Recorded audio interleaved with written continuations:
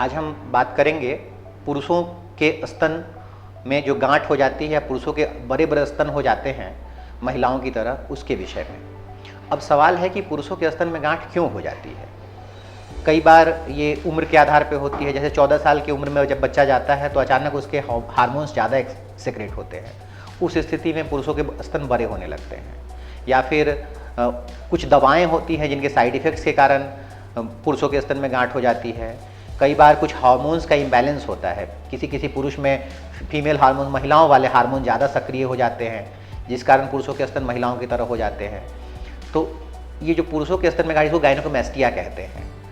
तो कई बार हम पुरुष जो होते हैं इस चीज़ से बहुत शर्मिंदा महसूस करते हैं। जब मेडिकल कॉलेज में, इंजीनियरिंग कॉलेज में या अपने कॉलेज में जाते हैं, उनके जो साथी कलीग्स होते हैं उनको चिढ़ाते हैं, जो एक मानसिक रूप से वो ना बहुत अपने आप को इन्फीरियर फील करने लगते हैं।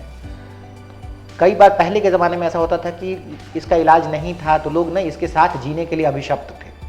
लेकिन अब आज के युग में जब कॉस्मेटिक सर्जरी इतना आगे बढ़ गया है, प्लास्टिक सर्जरी इतना आगे बढ़ गया है, तो इसका इलाज पूरी तरह संभव है। और एक और बात है कि जैसे पुरुषों के स्तन में गांठ के इतने सारे कारण हैं, लेकिन 80% केसेस में इसका कोई कारण नहीं होता है। इसका कोई कारण नहीं होता, मतलब कि जैसे यूं ही मतलब 14 साल की उम्र में हार्मोन सेक्रेट हुए, वो बढ़ गया, लेकिन वापस रिग्रेस नहीं हुआ, वापस बैक नहीं हुआ, तो वो कंटिन्यूटी में रह गया। तो ऐसी स्थिति में इसका सर्जरी करके हम लोग इलाज करते हैं। सर्जरी में क्या करते हैं? सर्जरी पहले होता था कि इसको ना बड़ा चीरा दे के हम लोग काट के निकालते थे, तो उसमें एक गंदा सा दाग आ जाता था। मतलब फिर भी ओवरऑल जो उनका ब्रेस्ट होता था सो देखने में वो प्रेजेंटेबल नहीं था, वो 4 लोगों के सामने अपना शर्ट नहीं खोल सकते थे।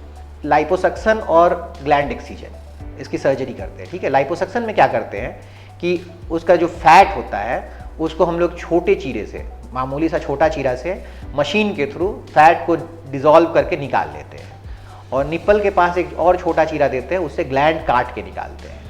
ये मतलब day care surgery, completely day care. आज भर्ती होना है, आज ही शाम में छुट्टी हो जाना है।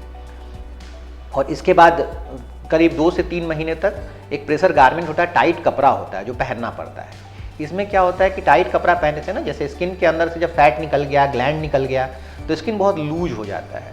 तो स्किन लूज हो जाता है तो देखने में थोड़ा ना लगता है कि, तो इसलिए टाइट कपड़ा पहनने से क्या होता है कि वो स्किन वापस रिट्रैक्ट करता है, स्किन रिट्रैक्ट कर जाता है और फिर अपना वो नॉर्मल शेप में आ जाता है। उसके बाद अगर वर्कआउट करते हैं, एक्सरसाइज करते हैं, तो फिर कंप्लीटली आप मेल चेस्ट और जो फिल्म स्टार्स की तरह 6 पैक एब्स और ये सब भी बना सकते हैं। तो इस समस्या को अब नज़रअंदाज नहीं करना है, क्योंकि इसमें ना सर्जरी ना कोई रिस्क है, बहुत मामूली रिस्क है, बहुत डे केयर सर्जरी है। आप सेम डे आते हैं, सेम डे घर जाते हैं, आप नेक्स्ट डे से अपना सारा काम करना शुरू कर देते हैं, अपना ऑफिस वर्क आप नेक्स्ट डे से ज्वाइन कर सकते हैं।